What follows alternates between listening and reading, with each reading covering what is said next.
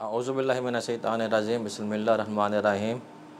Multan tax bar association और education committee MTBA आज Punjab finance bill 2025 के ऊपर सेशन रखा गया है, जिसका बाकायदा आगाज़ तिलावत कुरान पाक से फरमाने के लिए मैं मोहम्मद हासिर मेहतला साहब से गुजारिश करूँगा तशरीफ़ लाएँ और तिलावत कुरान पाक से आज के सेशन का आगाज़ फरमाएँ।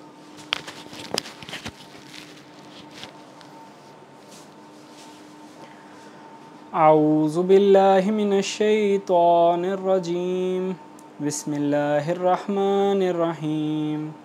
तब्बत यदा अबी लहबिन व तब मा अगना अन्हु मालुहु व मा कसब सयस्ला नारन ज़ात लहब व इम्रअतुहु हम्मालतल हतब। सदक़ल्लाहुल अज़ीम।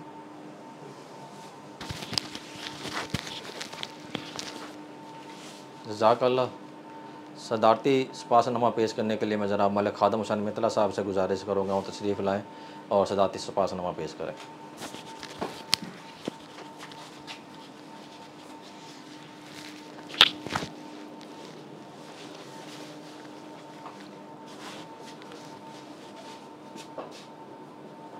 बिस्मिल्लाहिर्रहमानिर्रहीम। आज का प्रोग्राम भी हमारा गुज़श्ता जिस तरह के हम एजुकेशन के सेशन कर रहे हैं मेंबर्स के लिए, उसी सिलसिले की ही एक कड़ी है और ये ख़ुसूसी तौर पे इस पे पंजाब फाइनेंस एक्ट को फोकस किया गया है।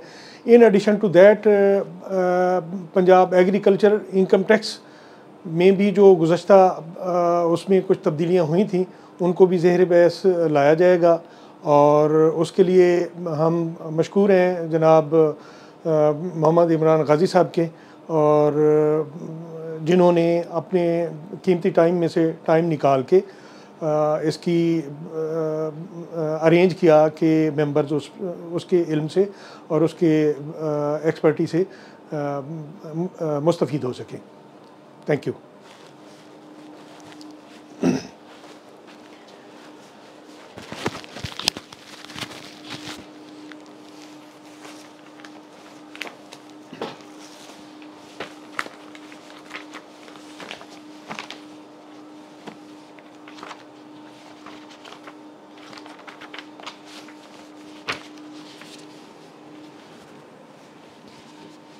जी बहुत शुक्रिया। सेशन का आगाज़ फरमाते हैं। मलिक खादम हुसैन मेहतला साहब हमारे प्रेसिडेंट हैं और इनकी हौसला अफजाई है और इनकी क़यादत में एजुकेशन के ऊपर बड़ा फोकस है, इसलिए हम अल्हम्दुलिल्लाह वीकली बेसिस पर 2 से भी ज़्यादा सेशन कर रहे हैं।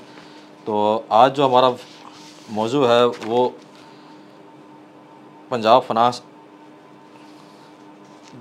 एक्ट 2025 के ऊपर है और जो ये बिल आया है इसके ऊपर एक तो ये पंजाब का है और ये जो एप्लीकेबल होगा ये 1 जुलाई 2025 से एप्लीकेबल होगा। इसमें जो मोस्टली और सिंगली एक ही अमेंडमेंट प्रपोज हुई है फाइनेंस बिल के ज़रिए और वो बिल प्रपोज़ल हुई है सिर्फ पंजाब सर्विसेज टैक्स के अंदर के जो एक्ट हमारा 2012 का है, Punjab sale tax on services act 2012, इसके ऊपर ही ये पूरे का पूरा मुकम्मल सेक्शन इसके वहीं पे शुरू होते हैं और इसी को ही वो मज़ीद मुकम्मल तौर पर उन्होंने इसको तब्दील कर दिया प्रोसीजर को।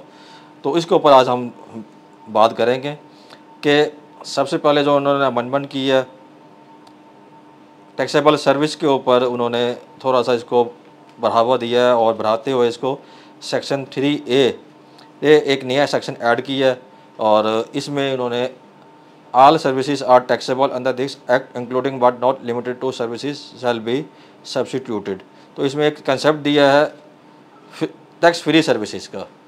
अब पंजाब रेवेन्यू बोर्ड के पास सूबाई असम्बली के पास अख्तियार हासिल है कि वो टैक्स फ्री सर्विसेज भी उन्होंने अब एक कंसेप्ट मुतारफ़ कराया है और इसमें सेक्शन 3A इसमें ऐड कर दिया है और सेक्शन 3 में जहाँ जहाँ उसकी मुतल्लिका जगह पर सब्स्टिट्यूशन बनती थी, एडिशन बनती थी, टैक्स फ्री सर्विस को ऐड कर दिया है। और क्योंकि ये नॉन ऑब्स्टिनेट क्लास है, एक्ट 2012 का आया हुआ है और उस एक्ट के अंदर इजाफा किया जा रहा है एक सेक्शन 3A का, तो इसको इसलिए नॉट विस्टैंडिंग के साथ इसको सुपरमेसी दी गई है और anything contain in this act and subject to any condition and to the extent specified there in all services mention in the first schedule shall be tax free services under this act. जो schedule थे पहले first और second schedule, उसको उन्होंने अब ख़त्म करके एक नया शेड्यूल मुतारफ़ कराए हैं और उसमें उन्होंने जितना भी जो फर्स्ट शेड्यूल जो होगा उसको उन्होंने टैक्स फ्री सर्विसेज कह दिया है कि इसके ऊपर जो भी सर्विसेज दी जाएंगी तो उस पर टैक्स नहीं होगा। और फिर सेक्शन जो अगला जो तब्दीली आई है सेक्शन 5 के अंदर आई है, और सेक्शन 5 में उन्होंने सेकंड शेड्यूल के ये है अमेंडमेंट इन सेकंड शेड्यूल के सेकंड शेड्यूल की अमेंडमेंट करने का अख्तियार हासिल था, और उसमें लफ्ज़ जो सेकंड था वो उन्होंने ख़त्म कर दिया है, और सेकंड शेड्यूल को क्योंकि वो थोड़ा सा तब्दील किया है तो उसको उन्होंने अब एक्सप्रेशन जो पार्ट 1 ऑफ द पार्ट 1 इसका इजाफा कर दिया है। पहले था first time before the word second occurring for the first time, जो फर्स्ट टाइम सेकंड अकर हो रहा था सेकंड शेड्यूल का उसको उन्होंने कर दिया फर्स्ट, और उसके बाद उन्होंने after the words prescribe in the expression serial number 1 of the part 1 ये उन्होंने इजाफा कर दिया है कि अब जो शेड्यूल है उसको उन्होंने नंबर कर दिया है नंबर 1 ऑफ पार्ट 1। इसके बाद जो इजाफा हुआ है amendment of section 10A basically option to charge tax at standard rate, तो स्टैंडर्ड रेट में ऑप्शन था इनके पास, उसको उन्होंने एक्सप्रेशन पार्ट 3 कर दिया है। जितने भी अब बेसिकली जो पार्ट 1, 2, 3 एक इन्होंने एक इजाफा किया है। पार्ट 1 में है टैक्स फ्री रेट, जिसको उन्होंने टैक्स फ्री सर्विसेज प्रोवाइड करने का अख्तियार दिया है कि जो सर्विसेज होंगी इसमें वो टैक्स फ्री होंगी पार्ट 1 में, पार्ट 2 में होंगी रिड्यूस रेट, और पार्ट 3 में होंगी जो कि स्टैंडर्ड रेट के ऊपर होंगी। तो सेकंड शेड्यूल को सारे के सारा रिवैम्प कर दिया है, मुकम्मल तौर पे बदल दिया है, और इसके तहत अब फर्स्ट जो सेकंड शेड्यूल है वो पार्ट 1, 2, 3 में डिवाइड कर दिया है। पहले सेकंड शेड्यूल के अंदर ही मालूम नहीं होता था कि जी के कौन सी सर्विसेज रिड्यूस रेट पे है, टैक्स फ्री है। फर्स्ट शेड्यूल में HS कोड लिखे थे और इसी हिसाब से उन्होंने अब ये सारे के सारा ख़त्म करके अब इसको 3 कैटेगरीज़ में तब्दील कर दिया है। एक तो तब्दील कर दिया है उन्होंने टैक्स फ्री सर्विसेज, दूसरे नंबर पर रिड्यूस रेट सर्विसेज, और तीसरे नंबर पे उन्होंने कर दिया है इसको स्टैंडर्ड रेट सर्विसेज। और फिर इसके बाद अमेंडमेंट हुई है सेक्शन 16B में टैक्स क्रेडिट नॉट अलाउड। इसमें एक नया section sub section NN add किया है, और टैक्स फ्री सर्विसेज को उन्होंने कहा जी कि including rendering and consumption of goods और सर्विसेज के टैक्स फ्री सर्विसेज जो होंगी वो टैक्स क्रेडिट उसका आपको नहीं मिलेगा।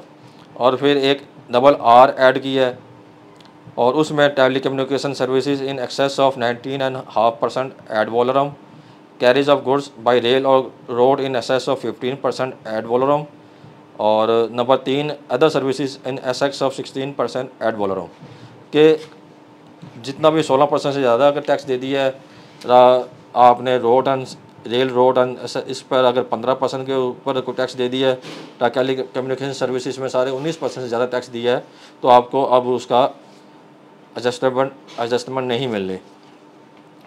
फिर सेक्शन 31 है रिकॉर्ड का, उसमें तब्दीली की है, और उसमें पहले था कि जी के जो टैक्सेबल सर्विसेज है उन्होंने रिकॉर्ड रखना था, एग्जाम सर्विस थी वो भी रिकॉर्ड रखना था।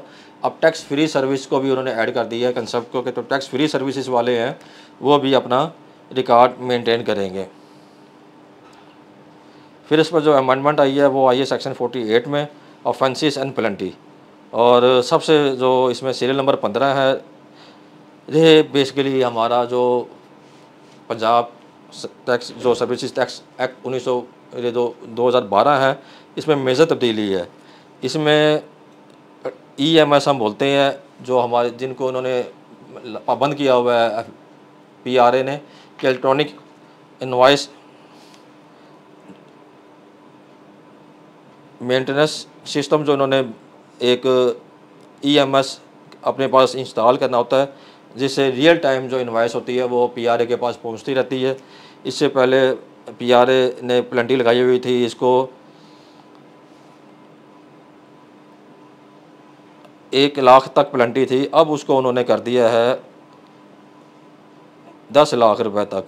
और इस तरह जो मिनिमम पेनल्टी थी अगर ऑफिसर फर्स्ट टाइम अगर लगा रहा है तो उसका अख्तियार था कि वो 25,000 पेनल्टी लगा सकता है, लेकिन अब वो 25,000 वाली पेनल्टी है उसको बढ़ाकर उन्होंने 4 लाख कर दिया। मींस कि अगर कोई शख्स इलेक्ट्रॉनिक इनवॉइस मेंटेनेंस सिस्टम को अपने पास इंस्टॉल नहीं कराता EMS PRA की वेबसाइट पे इन्होंने सॉफ्टवेयर दिया हुआ है। वो सॉफ्टवेयर आपने अपने जो VB6 है, आपका जो भी सॉफ्टवेयर बना हुआ है होटल्स का, जिन लोगों के लिए EMS सिस्टम रिक्वायरमेंट लाजमी है, उन वो अगर कोई शख्स अपने पास EMS अब भी अगर नहीं लगवाता तो फिर PRA के पास जो पहले 25,000 मिनिमम प्लेंटी और 1 लाख रुपए की मैक्सिमम प्लेंटी लगाने का अख्तियार हासिल था, अब वो मिनिमम प्लेंटी 4 लाख हो गई है और मैक्सिमम प्लेंटी 10 लाख रुपए कर दी गई है। ये इसकी प्रपोजल है। फिर इसके बाद सीरियल नंबर 24 है। अब एक मसला आता था हमारे पास कि हम एक होटल में गए हैं, होटल में रिड्यूस रेट की सर्विस दी गई है और उस रिड्यूस रेट के लिए हम वो उन लोगों को अवेलेबल था जो बजरिया डेबिट या क्रेडिट कार्ड पेमेंट करेंगे। तो होटल वाले इनकार कर देते थे कि जी कि हम इस आपका डेबिट कार्ड मशीन नहीं है हमारे पास, क्रेडिट कार्ड मशीन नहीं है, अगर है भी है तो हम इस वक्त काम नहीं कर रही, हम 16% चार्ज करेंगे। बेसिकली उनको ये लालच होता है कि कैश लेने के बाद उनको उसका इनपुट अवेलेबल होता है। जब 5% की आपका रेट लगेगा कार्ड के ऊपर तो होटल मैनेजमेंट को, रेस्टोरेंट मैनेजमेंट को उसका इनपुट नहीं मिलता। 5% उन्होंने सीधा गवर्नमेंट को जमा कराना होता है।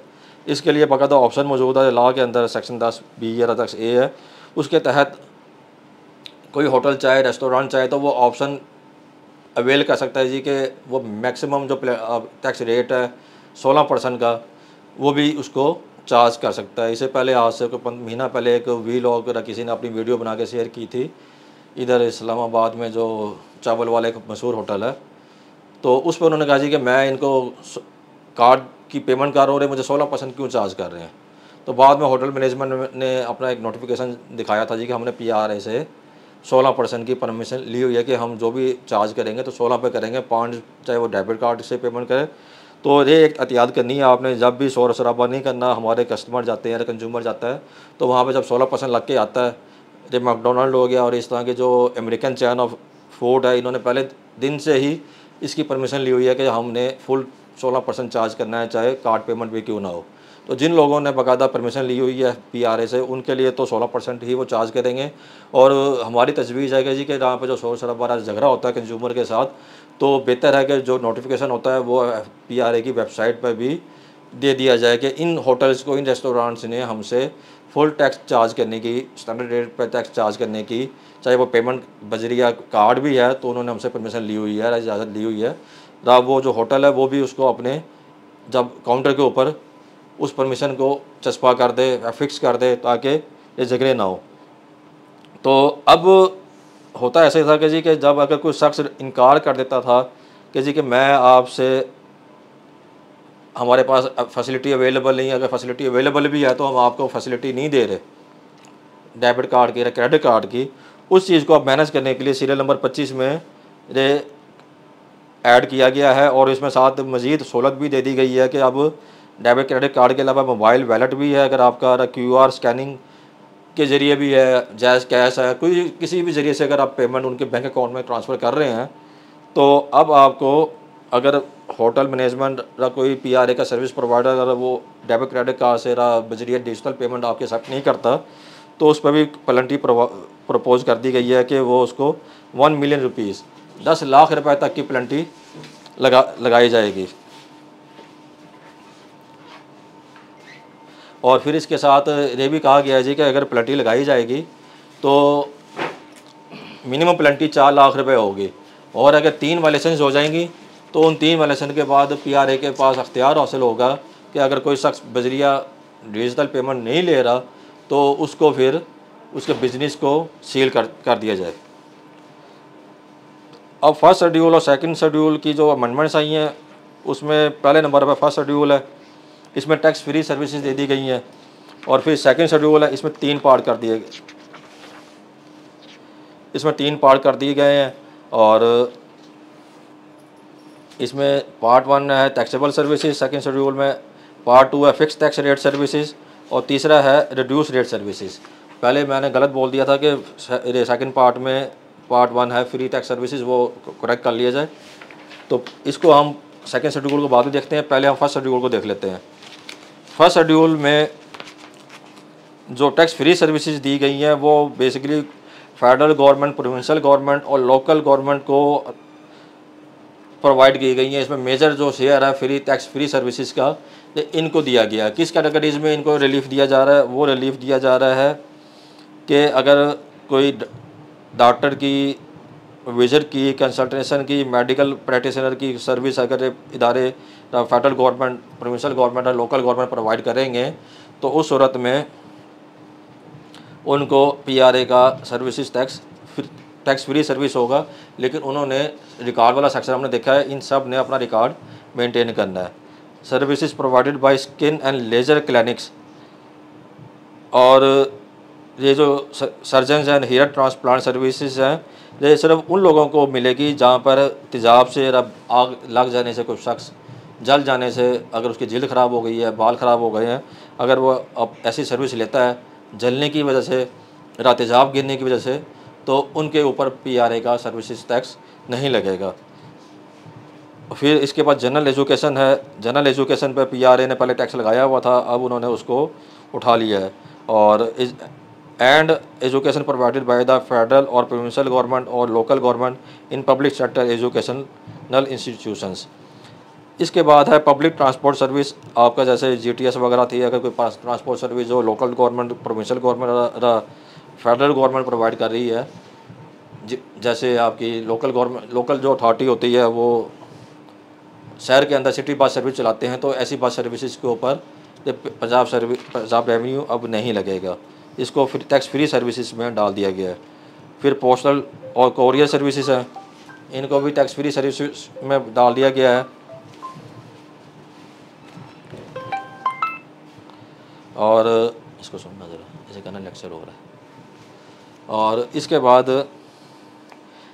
जो पोस्टल एंड कोरियर सर्विसेज हैं, इसको उन्होंने फेडरल और प्रोविंशियल गवर्नमेंट की जो जैसे GPO है, इन GPO की सर्विसेज को भी इन्होंने इसको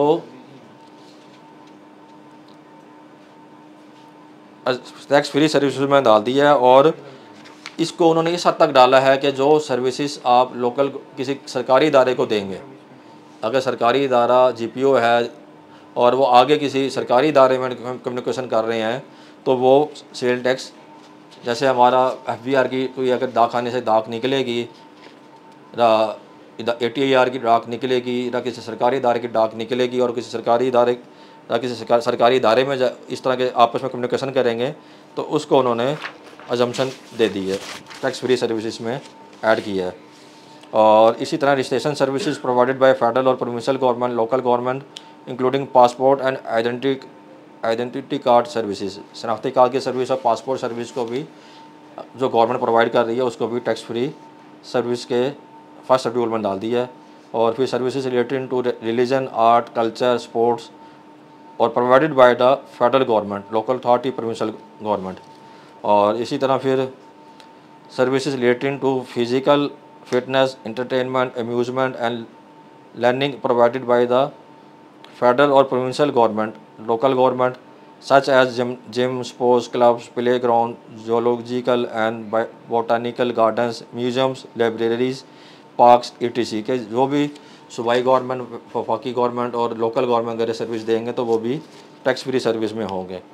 और services provided by property developers, builders and promoters including their allied services. अब बड़ा अहम है, इसमें भी उन्होंने कंडीशन लगाई है कि only to the extent of affordable housing services, के जो prime minister, CM, chief minister साहिबा की जो हमारे इधर स्कीमें आ रही हैं कि Punjab housing and town planning agency जो है, उन एजेंसी को प्रमोट करने के लिए जी कि अगर ऐसी सर्विसेज दी जाएंगी या काम किया जाएगा अंदर the government sponsored housing programmes, तो उस पर भी पंजाब रेवेन्यू का जो टैक्स है वो टैक्स फ्री होगा। और सर्विसेज प्रोवाइडेड बाय रिलीजियस और चैरिटेबल इंस्टीट्यूशंस और इंटरनेशनल NGOs। अब इस पर उन्होंने कंडीशन लगाई है कि सिर्फ उन लोगों को मिलेगा जिनके पास 230 की एजम्पशन FBR के कमिश्नर की तरफ से जारी की गई होगी। इसके अलावा उनकी जो सर्विसेज होंगी वो सब टैक्सेबल होंगी। और services provided in respect of insurance, तो इसमें भी कंडीशन है जी कि मैरीन इंश्योरेंस फॉर एक्सपोर्ट, अगर आपने इंश्योरेंस कराई एक्सपोर्ट के लिए और वो पानी के ज़रिए अगर आप एक्सपोर्ट कर रहे हैं तो उस सूरत में है। और क्रॉप इंश्योरेंस, अगर किसी आपने फसल वगैरह की इंश्योरेंस कराई है तो उस पर टैक्स फ्री सर्विस होगा। और उसके बाद construction services and services provided bye contractors of building including water supply, gas supply and sanitary works, road and bridge, electrical and mechanical works, including air conditioning, horticultural works, multidisciplinary works including turnkey projects and similar other projects। तो इन तमाम construction services को उन्होंने tax free में डाल दिया है, लेकिन condition लगाई है कि only to the extent where the tax is otherwise paid by registered person as property developer. जो प्रॉपर्टी डेवलपर खुद है, ये मसला आ रहा था जी कि किसी ने बिल्डिंग बनाई है और उसको मालिक को नोटिस चला गया है, तो अब उन्होंने कहा जी कि आपने इंश्योर करना जी कि प्रॉपर्टी डेवलपर है, उसने खुद, जब बिल्डर है उसने खुद टैक्स जमा करा दिया है। अगर उसने खुद टैक्स जमा करा दिया है तो फिर आपके ऊपर जो मालिक है उस जगह का, प्लाजे का नोटिस नहीं जाएगा, वो सिर्फ इतना दिखा देगा जी कि बिल्डर ने, डेवलपर ने जो उसका टैक्स बनता था वो खुद जमा करा दिया है। अगर जमा नहीं कराया फिर बिल्डर और डेवलपर को उन्होंने, ये ट्रिब्यूनल में बड़े मसले आए हुए हैं, अपीलों में बहुत मसले चल रहे हैं कि जी कि ऐसे लोगों को वो बाकायदा नोटिस कर रहे हैं जी कि बिल्डर डेवलपर का तो पता नहीं है, लेकिन प्लाजे के नोटिस चला जाता है जी कि प्लाजा को रजिस्टर कर दिया गया है। जैसे मुल्तान में श्री प्लाजा बना है तो श्री प्लाजा का एक उन्होंने सिंपल उसको टेम्प्रेरी नंबर लगा के रजिस्टर कर दिया कंपलसरी, और उसके नहीं पता जी कि बिहाइंड पे शख्स कौन है, पर्सन कौन है, शनाख्ती कार्ड किसका इस्तेमाल हुआ है, और सिर्फ श्री प्लाजा लिख के और मुल्तान लिख के और गुलगस लिख के उन्होंने नोटिस भेज दिया जी कि आप आएँ और अपना शो काज आपको दे रहे हैं जी कि आपके इतना बड़ा एरिया आपने डेवलप किया तो आप आकर टैक्स दें। अब जो बिल्डर है, डेवलपर है, बेसिकली टैक्स को उसके ऊपर है, अब टैक्स उसने देना था, लेकिन टैक्स इस तरह ओनर जो प्लाजों के मालिक है उनसे लिया जा रहा था। तो उसको उन्होंने कवर करने के लिए जी कि वो इंश्योर करे प्लाजे का मालिक के, उसका जो जिससे उसने कॉन्ट्रैक्ट किया है वो खुद टैक्स जमा करा रहा है। और दूसरे नंबर पर we are the construction work in funded under an agreement of foreign grant in aid और involve construction of councillor buildings. ये फॉरेन फंडिंग के ज़रिए जो बिल्डिंग्स बनती है उस पर उन्होंने PRA को कंस्ट्रक्शन जो बिल्डर का टैक्स है वो टैक्स फ्री कर दिया है। फिर तीसरे नंबर पे अहम है कि residential construction projects where the covered area does not exceed 10,000 square feet for a house and 20,000 square feet for an agreement except where construction services are provided to construct more than one house और more than one apartment buildings. जहाँ पर एक से ज़्यादा बनेंगे तो उसको consumption नहीं है, लेकिन जहाँ पर कोई ऐसा घर बनाया जाएगा जो रहायश के लिए होगा और 10,000 स्क्वायर फीट से अगर घर है तो वो कम होगा, और 20,000 स्क्वायर फुट से अगर अपार्टमेंट तो कम होगा, तो उस सूरत में भी वो टैक्स फ्री में होगा। और नंबर 4 है where the construction services are provided to any registered person who he is otherwise liable to pay sale tax as a property developer, builder and promoter.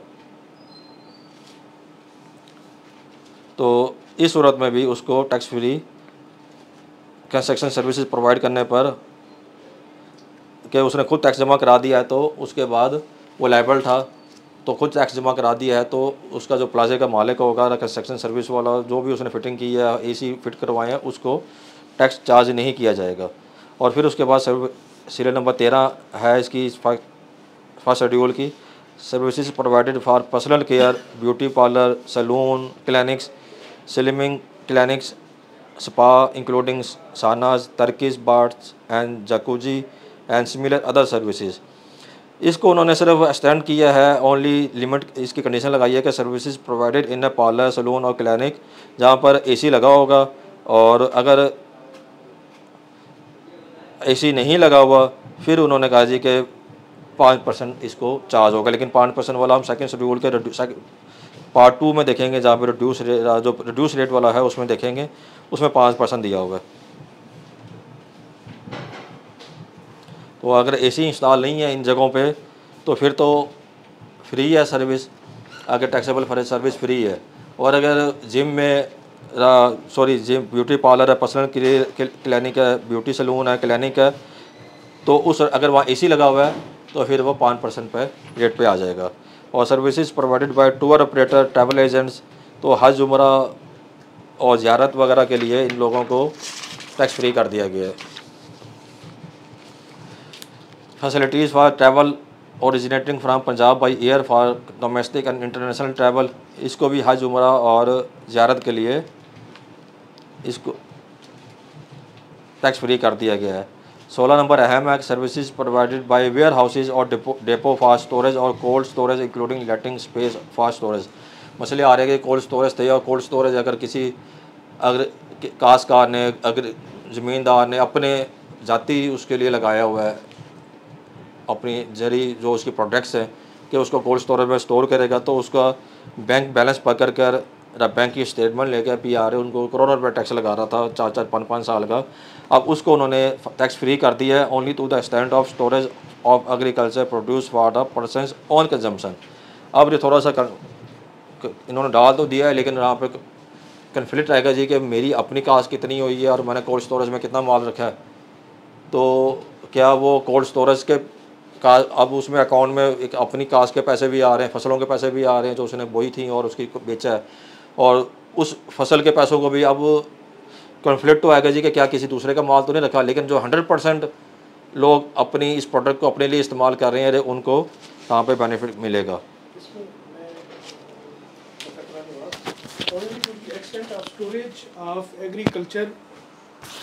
Only to the extent of storage of agriculture produce for person's own consumption। Own consumption को हम मतलब forgo कर रहे हैं, तो ये अहम चीज़ है ओन कंजम्पशन के लिए। मतलब ये नहीं है कि वो अपनी प्रोड्यूस एज ए होल रख ले तो वो एग्जाम्प्ट हो जाएगी। मेरी अंडरस्टैंडिंग के मुताबिक ये जो ओन कंजम्पशन यानी फॉर फर्दर यानी सीड है सोइंग पर्पस, मतलब है ये ओन कंजम्पशन तो यही होगी ना, या घर के कंजम्पशन के लिए ज़रूरत के लिए अगर काश्तकार ने रखा है तो ये मेरा ख्याल है। जी सर, इसमें लॉ में एम्बिग्युइटी है। कंजम्पशन का मतलब तो फिर यही बनता है जी कि वो खुद जो उसने स्टोर किया है वो आगे ना बेचे, खुद इस्तेमाल करे। तो अब कन्फ्लिक्ट आ जाना है जी कि खुद इस्तेमाल किया है, बाहर बेचा है, अनडॉक्यूमेंटेड इकानमी है, देहातों के अंदर कोल्ड स्टोरेज बने हुए हैं, तो बड़ी मुश्किल आ जाएगी इस बात को एस्टेब्लिश करना जी कि मैं खुद खा गया हूँ, रहा मेरे घर में इस्तेमाल हो गया है, रहा मैंने उसको बीज को लेकर दोबारा बो दिया है, रहा मैंने उसको मार्केट में उसको निकाल के बेचा है, रहा फिर लॉ की लैंग्वेज ऐसी है कि वो चाह रहे हैं ऐसे ही है कि जो शख्स अपनी ज़मीनों का कोल्ड स्टोरेज साथ बना लेता है तो उसको अजम्पशन दे दी जाए, और बाकी पर्पज़ भी यही बनता है जो मेरे हिसाब से बनता है कि बाकी अब इस पर क्लैरिफिकेशन आएगी तो फिर समझ आएगा कि इसमें है क्या। फिर क्लास नंबर 17 है services provided bye photography Studios and even occasion पर फोटोग्राफर्स और फिल्म मेकर्स। ये जो नॉन कॉपरेट थे और इन लोगों को जो सड़कों पे बैठे हैं तो इनको पहले भी जम्सन थी, अब भी उसको फर्स्ट शेड्यूल में टैक्स फ्री सर्विस में डाल दिया गया। बाकी जो कॉपरेट वाले हैं किसी अच्छे प्लाजे में बैठे हैं तो उनको भी अभी भी ये जो फोटोग्राफी की जो सर्विसेज दे रहे हैं, इवेंट की फोटोग्राफी की दे रहे हैं, फिल्म मेकर है तो उनको अभी भी टैक्सेबल सर्विसेज में है। Services provided by diplomatic missions, फिर renting of personal dwellings for residential use, और फिर 20 नंबर है services provided by persons engaged in contractual exclusion of works of furnishing supplies. Sir renting of personal dwellings for residential के जो personal डिवेलिंग्स हैं उनको personal इस्तेमाल के लिए जब दिया जा रहा है तो उसके ऊपर टैक्स फ्री होगा और उस पर टैक्स नहीं लगेगा। तो कमर्शियल प्रॉपर्टी की इसमें बात नहीं की गई, इसमें क्या कि रेंटिंग ऑफ पर्सनल डिवेलिंग, ज़ाती घर को आप किसी को रेंट पे दे देते हैं, हाँ जी, तो उसको असल में वो किया हुआ है रिहायशी, उसको तो आप अगर मेरी समझ के मुताबिक रिहायशी अगर बिल्डिंग है तो उस पर टैक्स नहीं है, उस पर नहीं है। अब ये एग्जेम्प्ट कर दिया एक किस्म का, इसको उन्होंने टैक्स फ्री कर दिया, इसको वो कर दिया, अदरवाइज फिर इसका मतलब है वो टैक्स जो अगर बाकी सर्विसेज अगर आप दे रहे हैं कि किराए पे अपना प्लाजा बना के किराए पे दे रहे हैं तो वो टैक्सेबल होगा।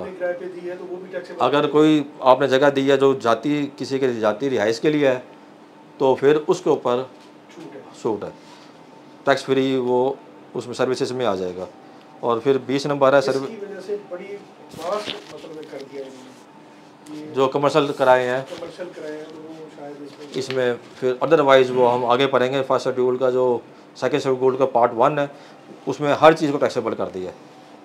इनकम फ्रॉम प्रॉपर्टी जो हम डिक्लेयर करते हैं FDR, हाँ जी, उसमें ये देखना कि इस्तेमाल करने वाला क्या जिसको आपने दी है वो जाति रिहाइश बना कर रह रहा है, वहाँ पर कमर्शियल एक्टिविटी कर रहा है।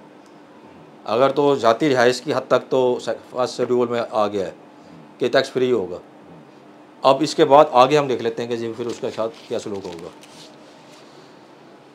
फिर services provided by persons engage in contractual execution of works और finishing supplies only to the extent of services related to the contracts involving supplies और प्रिंटिंग ऑफ बुक्स। तो सिर्फ प्रिंटिंग ऑफ बुक्स की हद तक अगर कोई कॉन्ट्रैक्ट एग्जीक्यूट हो रहा है तो उसको उन्होंने अजम कर दिया। और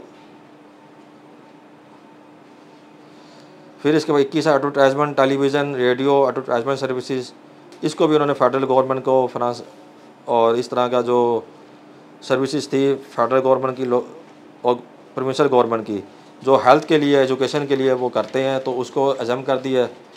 फिर इसके बाद टैक्स फ्री कर दिया है। और इसके बाद France out of funds provided by a government under an agreement of foreign grant in aid, कि अगर कोई ऐसा प्रोजेक्ट है जो फंड्स आए हैं जो फॉरेन ग्रांट इन एड में है तो उसकी एडवर्टाइजमेंट होगी मीडिया के ज़रिए, तो उसको भी उन्होंने टैक्स फ्री में डाल दिया। और फिर तीसरे नंबर पर है World Wide Fund for Nature और UNICEF United Nations Children funds. अगर इन जगहों पर इन पर्पज़ के लिए कोई टेलीविज़न में एडवर्टाइजमेंट की जा रही है तो वो भी टैक्स फ्री होगी। 22 नंबर सीरियल है सर्विसेज रिलेटेड टू पैथोलॉजिकल और diagnostic tax exclusively for medical treatment purpose, इसको भी टैक्स फ्री कर दिया है। 23 है services provided in respect of manufacturing और प्रोसेसिंग ऑन टोल और जॉब बेसिस, जो टोल के ऊपर जब आप किसी से करवाएंगे तो उसको भी उन्होंने इंडस्ट्रियल पर्पज़ के लिए कमर्शियल पर्पज़ के लिए फिर आप पैकेजिंग कराएंगे तो उसको टैक्स फ्री सर्विसेज में डाल दिया है। Advertisement including classified ads in newspaper magazine journal and periodicals, newspaper की जितनी भी आप क्लासीफाइड कोई एडवर्टाइजमेंट देते हैं तो उस पर PRA का टैक्स नहीं लगेगा। और services provided by a foreign exchange dealer exchange company और मनी चेंजर और मनी तो एक्सचेंजर, इन सब पर भी उन्होंने PRA को टैक्स फ्री कर दिया है। और services provided by port operators including airports and dry ports and allied services, तो इनको only to the extent of the amounts receive by way of fee under any law और bylaw, अगर किसी by law के अंदर law के तहत आप फीस चार्ज कर रहे हैं तो उसको भी टैक्स फ्री कर दिया। अब सेकंड शेड्यूल है इसका पार्ट 1 है, कहता है जी कि रे टैक्सेबल सर्विसेज कौन कौन सी होंगी जिस पर 16 जो टैक्सेबल सर्विसेज का रेट लगेगा। इसमें all services except those specified in serial number 2 and 3 of this part, 2 और 3 जो नीचे दिया गया इसी पार्ट में। और फिर इसके बाद पार्ट 2 एंड पार्ट 3। पार्ट 2 हमने देखा था फिक्स टैक्स रेट सर्विसेज है और पार्ट 3 है रिड्यूस रेट सर्विसेज। तो वो कह रहे थे कि सीरियल नंबर 2 और 3 और पार्ट 2 और पार्ट 3 के अलावा जितनी भी सर्विसेज हैं उन सब पर 16% टैक्स लगेगा। अब इसमें वो चीज़ अगर रेंट आगे नहीं दिया हुआ रिड्यूस रेट में फिक्स रेट में जो कमर्शियल प्रॉपर्टी का है तो फिर रेट तस्वुर किया जाएगा जी कि फिर उन पर 16% टैक्स कमर्शियल प्रॉपर्टी पर भी चार्ज होगा। और 2 नंबर में है services provided by a person for carriage of goods by rail और रोड, इसको उन्होंने 15% tax input tax adjustment for services provider and service recipient, तो इसको उन्होंने 15% टैक्स लगा दिया है। और इसके बाद टेलीफोन वगैरह के ऊपर जो wireless telephone, cellular telephone, video telephone, पे फ़ोन कार्ड और जितने भी इस तरह के टेलेक्स सर्विसेज हैं, रेडियो पेजिंग सर्विसेज हैं, कम्युनिकेशन के जितने भी जराए हैं जिसको हम तो उसको उन्होंने 19.5%, पहले भी इतना ही था उसको उतना ही पार्ट 1 के अंदर ले आए हैं। और फिर पार्ट 2 है fix tax service. Fix tax services में सिर्फ 2 चीज़ें हैं, एक है service provided by property developer builder and promoter. जो पहले हमने प्रॉपर्टी डेवलपर की जो देखी थी कि लोकल गवर्नमेंट रहा, प्रोविंशियल गवर्नमेंट रहा, फेडरल गवर्नमेंट या फिर ऐसी प्रोजेक्ट्स जो कि गवर्नमेंट के प्रोजेक्ट्स हैं इनसे, तो उसके अलावा जो भी हमारा जो इशू चल रहा है वो फिर ₹100 पर square yard for land development and ₹50 पर square yard for building construction, ये पहले से मौजूद है, यही टैक्स उन्होंने इसको फिक्स टैक्स में लगा दिया है। और फिर फ्रेट फॉरवर्डिंग एजेंट, इसको ₹1000 पर बिल ऑफ लेडिंग, कि जो आप बिल ऑफ लेडिंग जब भी होगी उसका ₹1000 पर बिल ऑफ लेडिंग आपने सर्विसेज टैक्स लेके देना है। फिर रिड्यूस टैक्स रेट की सर्विसेज हैं, सेकंड शेड्यूल में जो पहले रिड्यूस रेट जितने भी दिए हुए थे वो अब इन्होंने पार्ट 3 में उसका हिस्सा बना दिया है। इसमें hotel, motels and guest houses सिर्फ वही है पहले वाला ही कि 5% विदाउट इनपुट एडजस्टमेंट और फिर 16% फॉर अदर्स, और 5% उनको मिलेगा जो डेबिट क्रेडिट कार्ड से पेमेंट करेंगे। नहीं सॉरी, इसमें डेबिट क्रेडिट कार्ड नहीं, होटल वाला है। इसमें उनको होगा जिनके कमरे लेस देन 20 रूम्स होंगे और वो नॉन कॉर्पोरेट होंगे और नॉन फ्रेंचाइज चैन होगी, और इन लोगों के लिए 5% है, बाकी 16% है अदर्स के लिए। और इसमें फिर सीरियल नंबर 4 है। इसमें सीरियल नंबर 4 में रेस्टोरेंट है। इसमें वही बात है जी कि 5% होगा रेस्टोरेंट के लिए, पार्लर के लिए, कॉफ़ी हाउसेस, कॉफ़ी शॉप्स, डेरा, फूड हट्स, इटरीज, रिसोर्ट्स। और इसमें उन्होंने डेबिट क्रेडिट कार्ड के साथ मोबाइल वैलेट और QR स्कैनिंग को भी कर दिया है कि इसके ज़रिए जो पेमेंट होगी उसको 5% होगा digital payment debit credit card की, और बाकियों के लिए इसका जो 5% होगा तो इसको इनपुट भी नहीं मिलना, रे वही प्रोविजन है पहले वाली, और बाकियों के लिए 16%। अब सीरियल नंबर 2 है मैरिज हॉल, लॉन्स। इन लोगों पे पहले भी टैक्स लग रहा था, इसका FBR का भी और PRA का भी, वो 5% tax without input tax adjustment, इस पर वही रहने दिया है। और इसके बाद 3 नंबर है इंश्योरेंस वगैरह, fire insurance, good service insurance, health insurance, life insurance, marine insurance, theft insurance and any other insurance. Marine insurance को तो वैसे भी उन्होंने पहले पीछे ले आए थे, लेकिन अब इन्होंने कहा जी कि A होगा 0% without input tax adjustment for health insurance for individual, के 0% टैक्स चार्ज किया जाएगा जो हेल्थ इंश्योरेंस लोग कराते हैं, और 5% for insurance agent and insurance broker, और 16% for gross premium paid for others.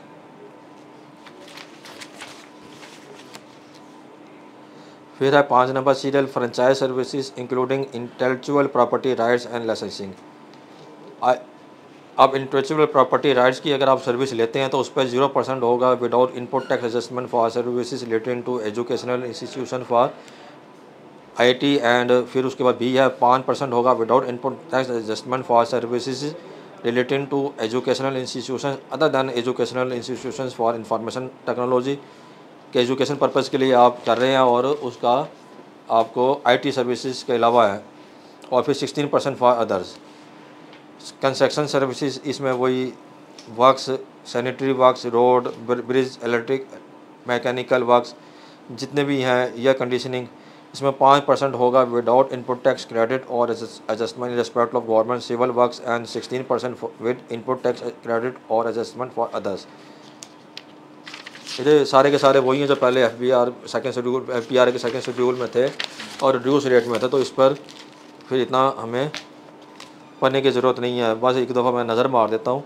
Services provided for personal care, वही जो मैंने पहले बता दिया कि सीरियल नंबर 13 में फर्स्ट शेड्यूल में था, अगर पर्सनल केयर AC नहीं लगा हुआ, अगर AC लगा हुआ है तो फिर 5% विदाउट इनपुट टैक्स। फिर IT सर्विसेज टेक्नोलॉजी रे पहले भी सेकंड शेड्यूल में थे और अब भी हैं। फिर सीरियल नंबर 9 है services provided by other consultants by whatever name called. हाँ ये अहम है, अभी हमारा फैसला भी हुआ है हाई कोर्ट लाहौर से कि जी जो टैक्स के कॉर्पोरेट के जो वकील हैं उन पर टैक्स नहीं, सर्विसेज टैक्स नहीं चार्ज होगा। अब उसको भी उन्होंने कवर करने की कोशिश की है कि चार्टर्ड अकाउंटेंट्स को, कॉस्ट एंड मैनेजमेंट अकाउंटेंट्स को, और जो भी क्लासिफिकेशन किसी भी नाम से आता है,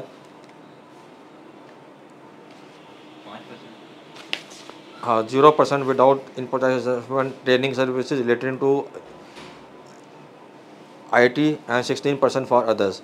ये है service provided for other consultant by whatever name call और ट्रीटेड वेदर एज कंसल्टेंट और otherwise including human resources and personal development services. ये जो HR की सर्विसेज दे रहे हैं, ह्यूमन रिसोर्स सर्विसेज को बढ़ाने के लिए, स्किल्स को इन्हांस करने के लिए आप कोई वर्कशॉप्स कंडक्ट करते हैं तो उसमें ये सारा उनको लगेगा। जो चार्टर्ड अकाउंटेंट वाला है वो आगे है। 22 में आप पढ़ रहे थे कंसल्टेंट्स और हाँ वो 22 में है। ये सिर्फ और अकाउंटेंट्स और चार्टर्ड अकाउंटेंट्स मतलब उसी डेफिनेशन? जी ऐसे ही है सर, उसको पढ़ लेता हूँ मैं। 22 number, services provided by accountants including practising chartered accountants, cost management accountants, auditors, actuaries, tax consultants by whatever name called. अब इसमें जो वट एवर नेम कॉल्ड कह दिया है, ये उन्होंने थोड़ा सा what ever name called, consultant, income tax practitioner है, कोई भी है जो टैक्स की सर्विस दे रहा है, और practising company secretaries, receivers, liquidators, auto auctioneers and corporate law consultants. अब corporate law consultants whether individual और अदरवाइज, जो पहला फैसला हुआ है हमारा हाई कोर्ट से, अगर समझ महमूद मिर्ज़ा साहब का अगर हम पढ़ेंगे तो उन्होंने कहा जी कि जो लीगल कंसल्टेंट्स के उसका वर्ड ओमिट हुआ था, इसलिए हम लीगल कंसल्टेंट को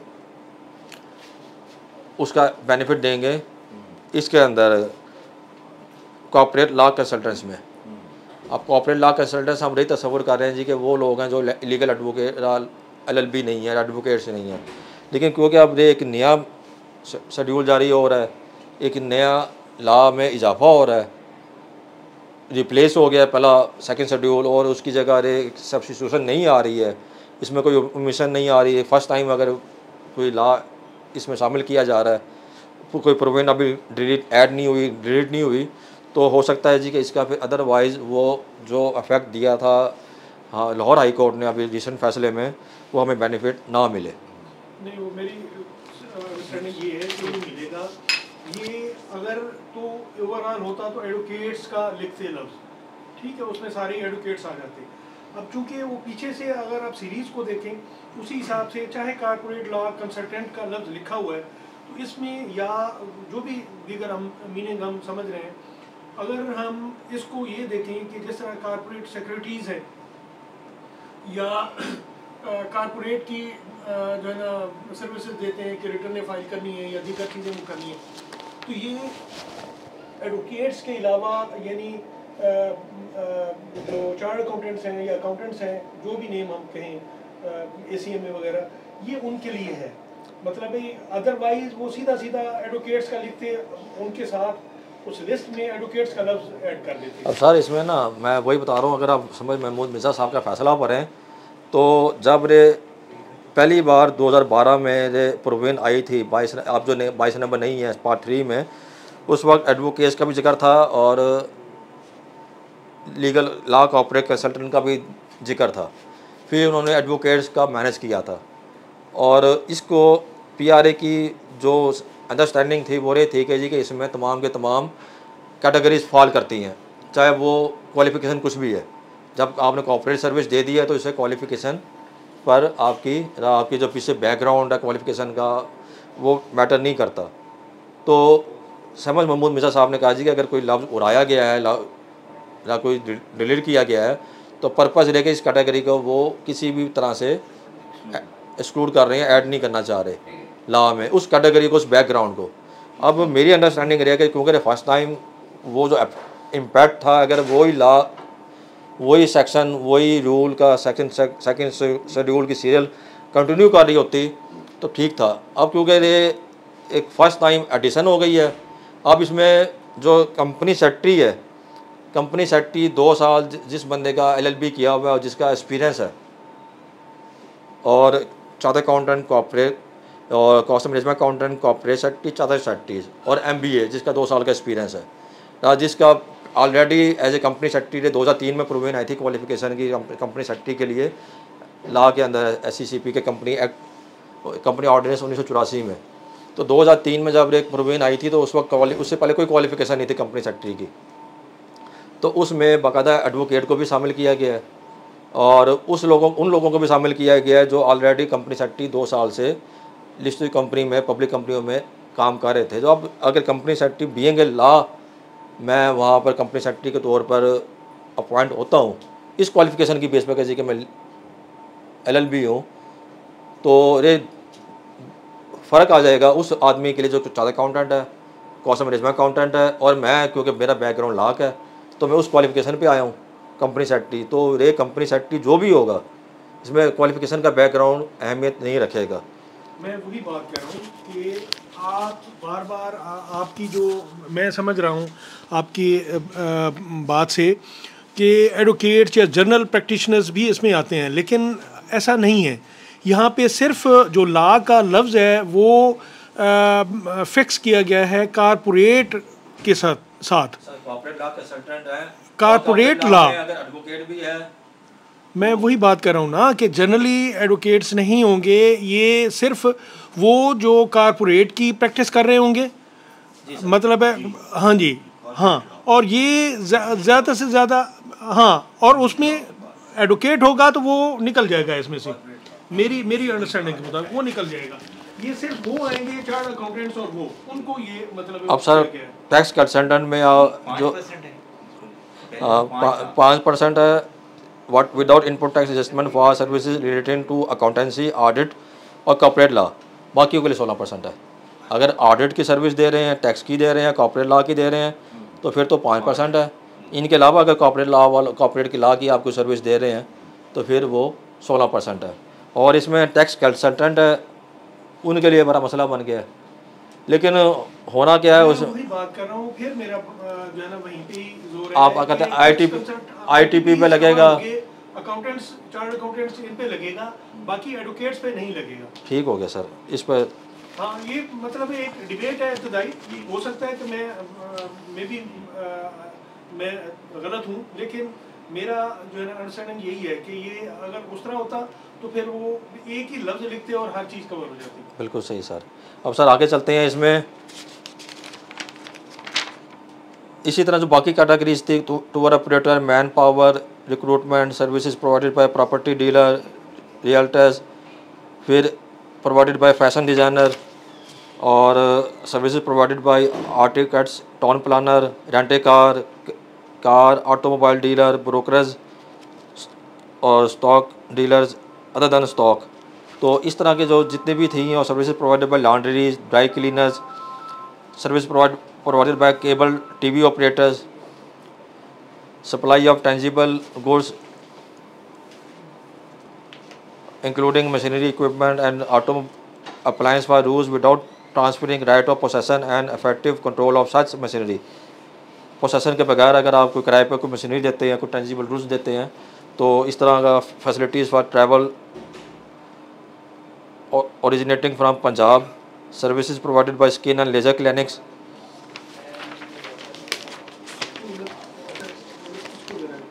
जी सर।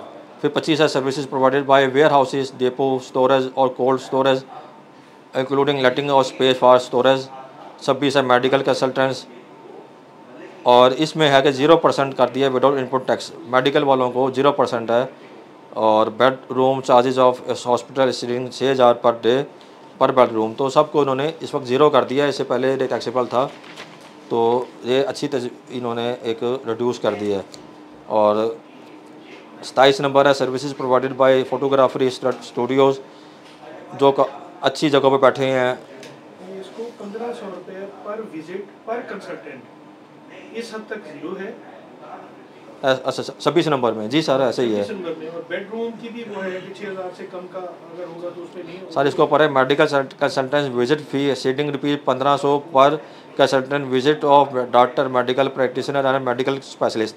ये पहले 1500 से ज़्यादा वाले हैं तो वो 0 हैं, 1500 के कम वाले हैं तो फिर वो टैक्स लग जाएगा उनको। अब ये लॉ में मिग्यूटी है, इस पर हमें क्लैरिफिकेशन मांगनी चाहिए। जो लॉ में bedroom charges of hospital exceeding 6000 per day, अरे 5% होना चाहिए था। बेसिकली यहाँ पर टैक्स 5% होना चाहिए था जी, कि 1500 से ज़्यादा का अगर टैक्स चार्ज के वो विजिट उसका पर डॉक्टर अपनी फ़ीस चार्ज कर रहा है, एक बेड का किराया 6000 रुपये पर रूम ज़्यादा एक दिन से ज़्यादा का है, तो वहाँ पर पहले टैक्स लगा हुआ था 5% या जो भी था, अब उन्होंने उसको 0% लिख दिया है। अब इससे नीचे वाले रहा तो फिर टैक्सेबल है। अरे उल्टा हिसाब हो गया है कि बजाय के ऊपर वाले, ये गलत है, ये अनामली है लॉ के अंदर, और इस लॉ के अनामली को फिर मुल्तान टैक्स बार के प्लेटफॉर्म से कि भेजना चाहिए कि आप 1500 से नीचे वालों को तो टैक्स लगा रहे हैं, ऊपर वालों को फ्री कर रहे हैं। और इसी तरह बेडरूम चार्जेस वगैरह पे भी 6000 से नीचे वालों को आप टैक्स लगाना चाह रहे हैं, ऊपर वालों को फ्री कर रहे हैं, 0% कर रहे हैं। फ़ोटोग्राफ वाला हो गया कि जो बड़े कॉर्पोरेट में सर्विसेज दे रहे हैं फिल्म मेकिंग की, इवेंट फोटोग्राफी की और ये एनोमलीज में ये फर्गूसन ने भी हाईलाइट किया अच्छा फर्गूसन ने की हाईलाइट। चलिए हमने भी सर पकड़ ली है आज, हमने भी पकड़ ली है। अच्छा अच्छा हमने पकड़ ली है नॉर्मली, ऐसी बात नहीं है। अक्सर हॉस्पिटल्स हैं क्रेडिट या डेबिट कार्ड की वो पेमेंट नहीं लेते, उसका अगर टैक्सेबल, अगर देखें अगर तो टैक्सेबल सर्विस का चार्ज कर रहा है, पीआरए आपको चार्ज कर रहा है तो फिर तो उसको लेगा। लेकिन अगर वो पीआरए नहीं जमा करा रहा, आपको चार्ज नहीं कर रहा, फिर आप मेरे सवाल नहीं कर सकते। फिर आप क्या लगा सकते हैं जी कि इसको मुझसे टैक्स लेना चाहिए था, फिर टैक्स लेना चाहिए था तो वो अपने आप को पीआरए में वो रजिस्टर करवाएगा पीआरए उसे, फिर आपसे वो डेबिट क्रेडिट कार्ड की पेमेंट लाजमी लेने का बंद है। अगर नहीं लेगा तो फिर वो सीरियल नंबर 25 सेक्शन 48 में पेनल्टी इंट्रोड्यूस हो गई है। 4 लाख से 10 लाख तक जुर्माना है, और 3 बार अगर वायलेशन उसकी होगी तो फिर उसका बिजनेस सीज कर दिया जाएगा। सर 29 नंबर आपने कहा था कि dress designing and stitching services, जो दर्जी वगैरह हैं ये तमाम के तमाम 5% पीआरए चार्ज करेंगे। इसमें सर कोई अहम बात है तो अहम बात ये है, क्या ये ड्रेस डिज़ाइनिंग एंड स्टिचिंग जो एक ही बंदा कर रहा है वो है, या ये अलग अलग है? ड्रेस डिज़ाइनिंग के लिए अलग और स्टिचिंग सर्विसेज के लिए। अगर स्टिचिंग सर्विसेज अलग से चार्ज होनी है सेपरेटली तो फिर तो हर दर्जी उसमें कवर होगा। तो ये भी एक जो है ना सख्त किस्म की अमेंडमेंट है। तो इस बारे में इसमें सर जो लफ्ज़ लिखा हुआ ना dress designing and stitching services, तो इसमें दोनों फॉल करते हैं, दोनों कंडीशनें, जो डिज़ाइन भी करेगा और स्टिच भी करेगा ये उसके लिए है। तो डिज़ाइन नहीं करता, डिज़ाइनर नहीं है, तो फिर उसके लिए आम दर्जियों के लिए फिर अप्लीकेबल गरीब आदमी इसका रब आना चाहिए था, और तक कोमा लगा देते, ड्रेस डिज़ाइनर कोमा लगा कर स्टिचिंग सर्विसेज लगा देते, स्टिचिंग सर्विस प्रोवाइडर। आप क्योंकि उन्होंने ये जो अंग्रेज़ी की ग्रामर भी ऐसी ली है कि जिसमें वो कंबाइन बनता है, दोनों काम कर रहा है। तो ये बड़े जो आपके जो स्टोर हैं बड़े वाले, जो डिज़ाइनर हैं मारिया बी से लेकर जो बाकी जितने भी आपके हैं, ये जो जुने जमशेद है, तो इन लोगों के लिए रे फिर 5% रे आपको चार्ज करेंगे। फिर किस चीज़ पे होगा? ये सर कपड़ों पर होगा।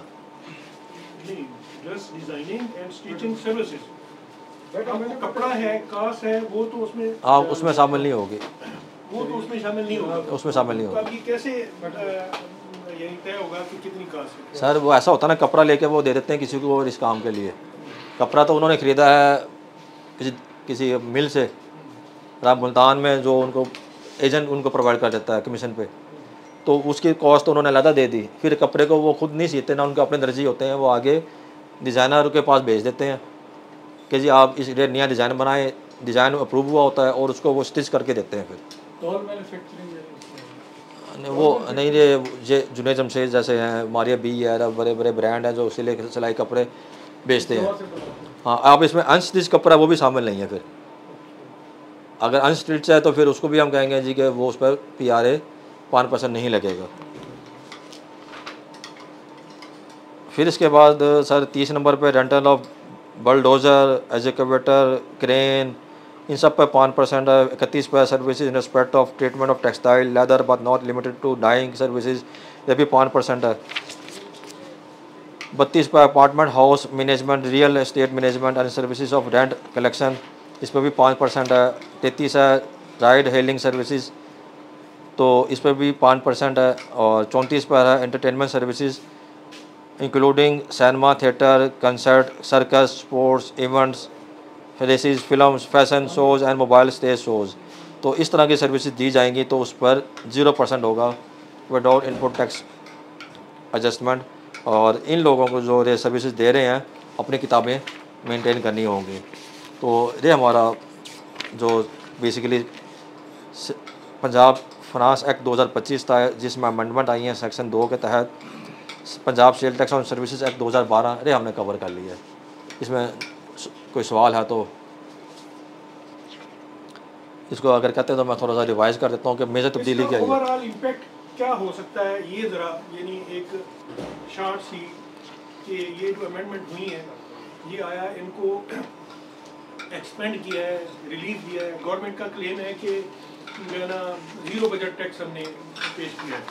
तो आया ये गवर्नमेंट का जो क्लेम है ये ठीक है या इसको वास्ट किया गया है उसमें? इसमें सर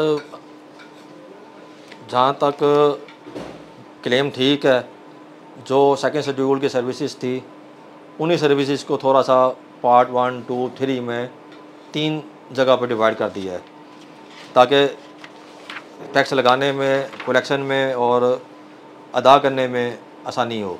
अगर रेंट पे लगता है तो फिर क्या सूरत है? रेंट पे तो पहले भी था सर, रेंट पे कहाँ था पहले? पहले भी टैक्सेबल सर्विस सेकंड शेड्यूल में देखेंगे। अब ये पढ़ना पड़ेगा जी कि बाकी क्या ये जो इन्होंने रेंटल ऑफ इक्विपमेंट की बात कर रहे हैं अब प्रॉपर्टी प्रॉपर्टी, उसमें भी 5% है कमर्शियल प्रॉपर्टी पे। ये कुछ ऐसे अब सूरत हाल तो ऐसे ही, लेकिन क्लैरिफिकेशन आएगी।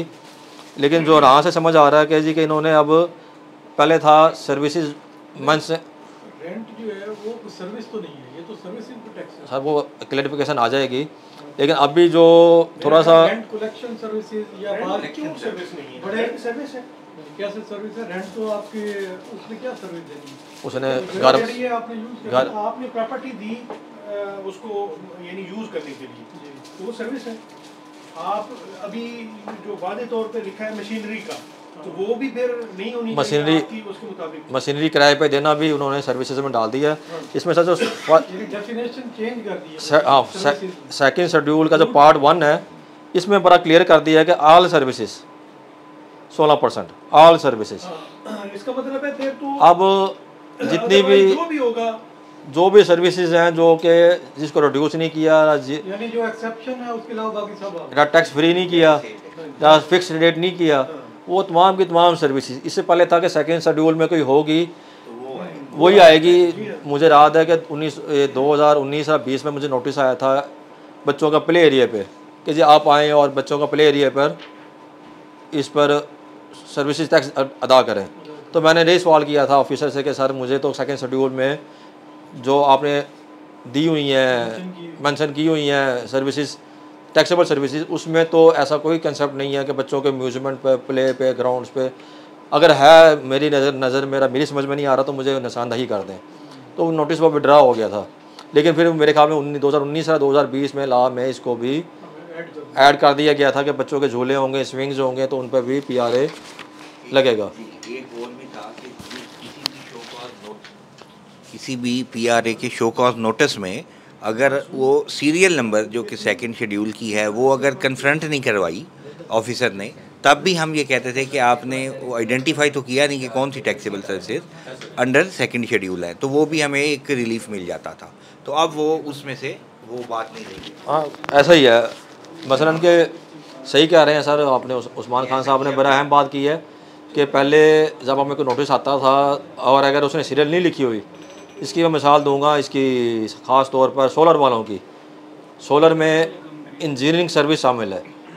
अब नोटिस आता था कि आपके बैंक में इतने पैसे आए हैं तो आप हमें अदा करें। तो हम पूछते थे कि खैर अब मुझे वो बताएंगे किस सीरियल के तहत आप मुझे चार्ज करना चाह रहे हैं। अब क्योंकि सोलर की प्लेटें भी ख़रीदनी है, उसने पूरा 15 लाख का अगर प्रोजेक्ट लगाया है तो उसमें से उसने 4% पता नहीं कुछ परसेंटेज है जिसका वो इंजीनियर को देता है, बाकी वो तमाम के तमाम गुड्स हैं। तो इंजीनियर जो क्योंकि उसने लाइसेंस लिया होता है वो बच भी नहीं सकता, ये बाकायदा गवर्नमेंट से लाइसेंस लेना पड़ता है इंजीनियरिंग का। इधर पूरा है। अब मैं गुजारिश करूँगा जनाब सदर मुल्तान टैक्स बार मलिक खातम हुसैन मितला साहब से कि आज के सेशन में हमने जो Punjab sale tax services act 2012 इसको हमने समझा है और इसके जो अमेंडमेंट्स आ रही हैं, प्रपोज़ की गई हैं, उनको हमने कंसिडर किया है और देखा है। इसमें पार्ट 1 में जो 16% यूनिफॉर्म रेट लगा दिया गया है ऑल टैक्सेबल सर्विसेज पर कि जो भी सर्विसेज दी जा रही है वो टैक्सेबल हैं, तो उसको पार्ट सेकंड शेड्यूल का फर्स्ट शेड्यूल जो हमारा है टैक्स फ्री सर्विसेज और फिर सेकंड शेड्यूल में पार्ट 1, पार्ट 2, पार्ट 3 इसमें फ़िक्स रेट है, फिर उसके बाद रिड्यूस रेट है और स्टैंडर्ड रेट है पार्ट 1 में। तो इनके आपस में कंपेयर करेंगे जी कि ये क्या स्कोप इन्होंने जो पंजाब असम्बली ने लगाया है ये वसी कर दिया है, नया टैक्स लगा रहे हैं या इसके ऊपर हमें कोई रिलीफ मिला है। जनाब मलिक खातून शर्मितला साहब ये पूरे आज के लेक्चर का अहाता करेंगे। जनाब को मैं गुजारिश करूँगा तशरीफ़ ले आए।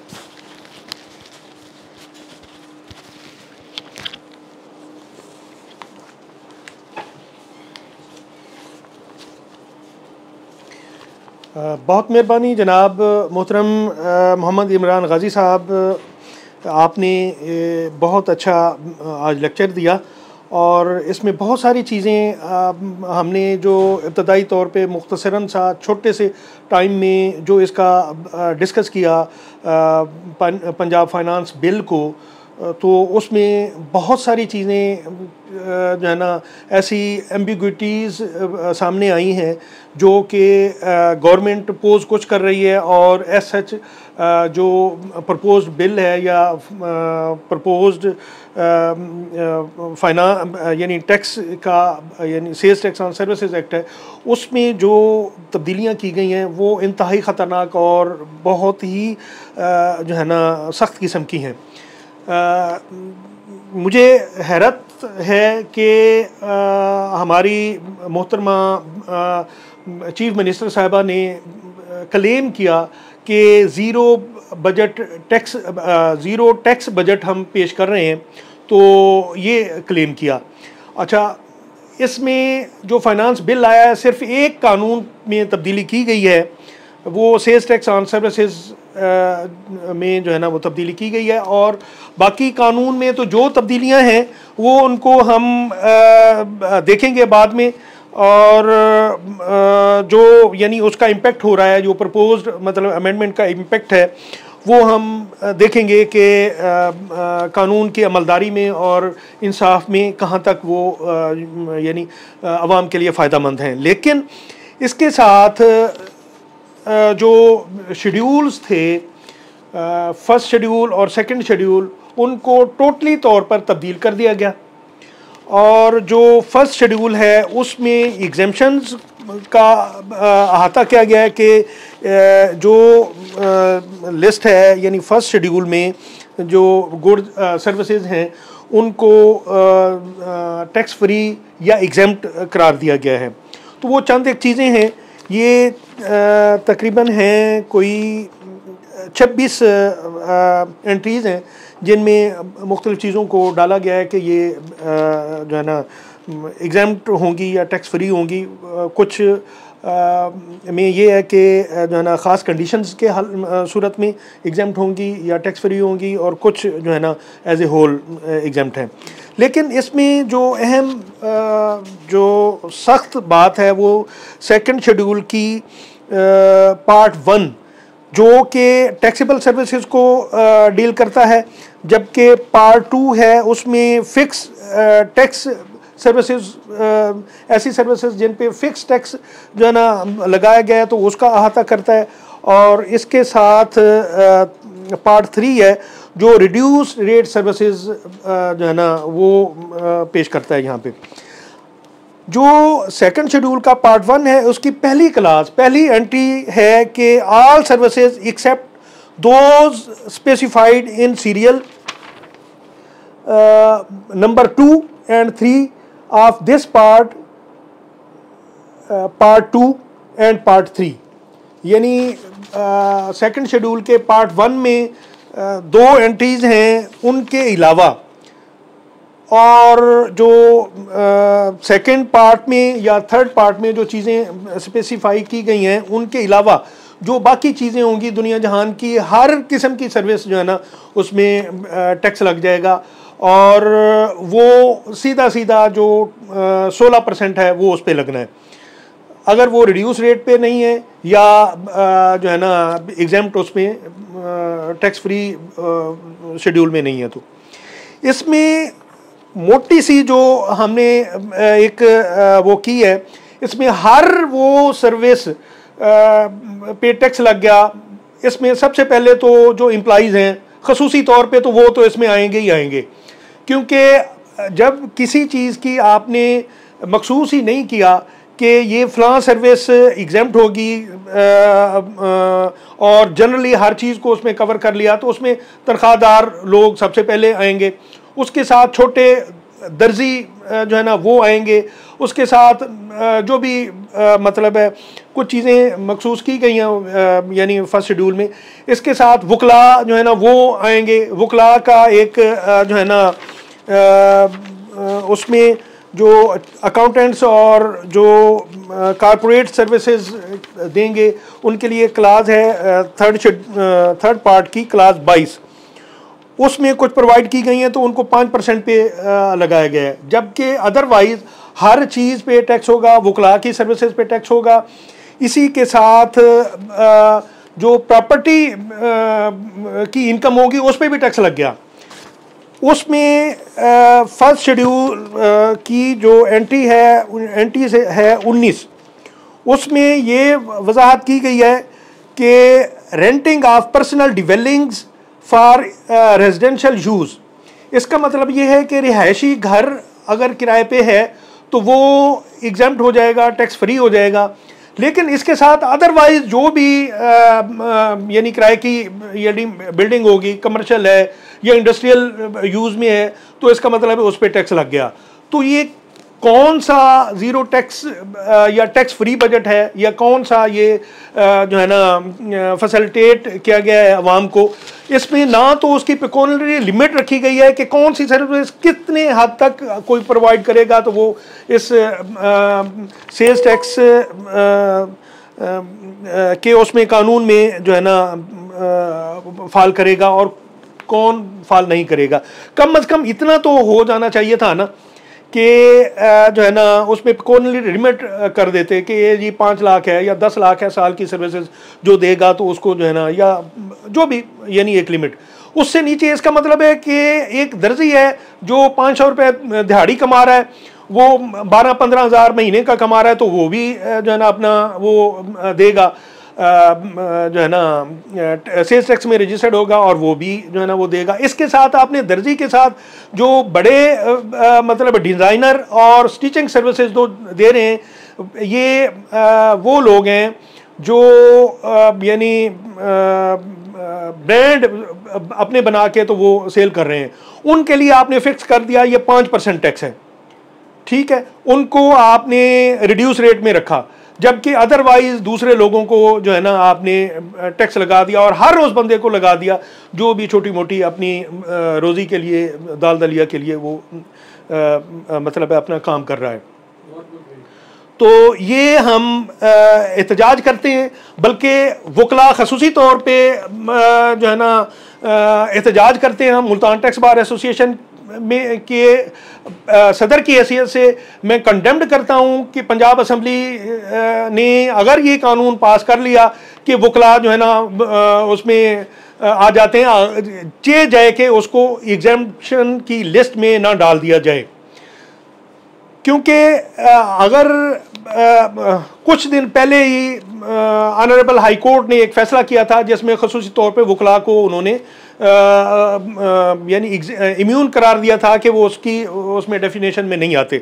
लेकिन आपने जो फर्स्ट शेड्यूल और सेकंड शेड्यूल को ओवरऑल ही टोटली पुराने को उठा के बाहर फेंका और दूसरा जो है ना डाल दिया और उसमें अपनी मर्जी की चीज़ें डाल दी। ये नहीं सोचा कि कौन बंदा इसमें मुतासर होगा, कौन से नहीं होगा। ये बाहर साइकिल पंचर वाला बैठा है तो वो भी इसमें कवर होगा।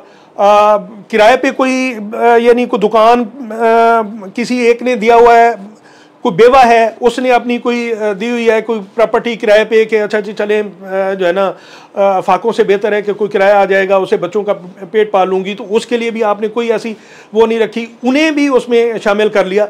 तो ये मैं मज़ीद भी हम इसमें देख रहे हैं चीज़ें और बहुत सारी चीज़ें निकल आएंगी। ये ओवरऑल मोटी मोटी जो हमारी इब्तदाई डिस्कशन में जो सामने आई वो हम डिस्कस कर रहा हूँ।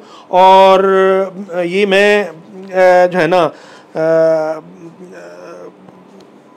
तवक्को रखता हूँ कि पंजाब असम्बली ये हमारी जो है ना तजावीज़ को गौर करेगी और इस पर जो है ना अपना जो है एक मुनासिब किस्म की कानून साजी करेगी। और उसमें खसूसी तौर पे मैं रिक्वेस्ट करूँगा कि उसमें पेक्यूलियरी लिमिट रख ली जाए कि अच्छा जी इस हद तक जिसकी सर्विसेज होंगी। टैक्स गुजार हैं, इनकम टैक्स के गोशवारा हर बंदा तकरीबन भर रहा है, तो वो उनकी जो सर्विसेज हैं वो डिक्लेयर होती हैं, किसी न किसी इदारे में डिक्लेयर होती हैं। तो वो उनको बुनियाद बना लिया जाए कि अगर वहाँ यानी एक लिमिट अगर रख लेंगे कि फ़लाँ उस तक, तो वो भी आपको सपोर्ट करेगा। जो उस लिमिट को क्रॉस कर रहा होगा, इनकम टैक्स की रिटर्न आपको सपोर्ट करेगी। तो ये हमारी मुल्तान टैक्स बार एसोसिएशन के प्लेटफार्म से एहतजाज के तौर पे ये बातें मैं कर रहा हूँ। और जो भी कानून साजी में इसमें शामिल हैं, हमारा पंजाब असम्बली के जो लेजिस्लेचर हैं, उनसे मैं गुजारिश करता हूँ कि खुदारा ये इतना सख्त कानून जो है ना पास ना किया जाए। इसकी कुछ न कुछ वजाहतन लिमिटेशंस और वो मुकर्रर कर दी जाएँ। और ख़ुसूसी तौर पे वकला को जो टैक्स नेट में लाए, बाकियों को आपने 5% में रखा, इनको टोटली आपने जो है ना 16% पे ले आए। अदरवाइज़ जब हम देखते हैं तो लिहाजा ये मेहरबानी करके इसको देखा जाए। और मैं वकला बिरादरी से भी तवक्को रखता हूँ कि जो है ना वो इस बारे में मुल्तान टैक्स बार एसोसिएशन का हाथ बटाएंगे कि वो भी हमारे साथ आवाज़ को बुलंद करने में शामिल होंगे। Thank you. अल्लाह हाफ़िज़। जी, आज का लेक्चर हमारा अख्ताम को होता है। मैं जनाब नायब सदर मोहम्मद अबू बकर साहब से गुजारिश करूँगा तशरीफ़ लाएँ और हमारे जो शुरा जितने भी मौजूद हैं, हाजिर जो हमारे मेंबर्स आए हैं, तो उसको शुक्रिया अदा कर दें। जी, आज का लेक्चर माशाल्लाह बहुत अच्छा रहा। और जैसा कि इमरान गाजी साहब ने बहुत अच्छे तरीके से जो भी इसमें इंक्लूजन और एक्सक्लूजन है और जो जितनी चेंजेस आई हैं वो बहुत अच्छे तरीके से एलाबोरेट किए हैं। और कुछ क्वेश्चन जो हमारी क्लैरिफिकेशन थी वो भी उन्होंने बहुत अच्छे तरीके से उसको किया है। तो इंशाअल्लाह ताला हम उम्मीद करते हैं कि आइंदा भी ऐसा हमारे जो मेंबर्स हैं उनके लिए ये हम करते रहेंगे। बहुत शुक्रिया सब शुरा का। इंशाल्लाह अभी नेक्स्ट जो प्रोग्राम है शुरू करते हैं।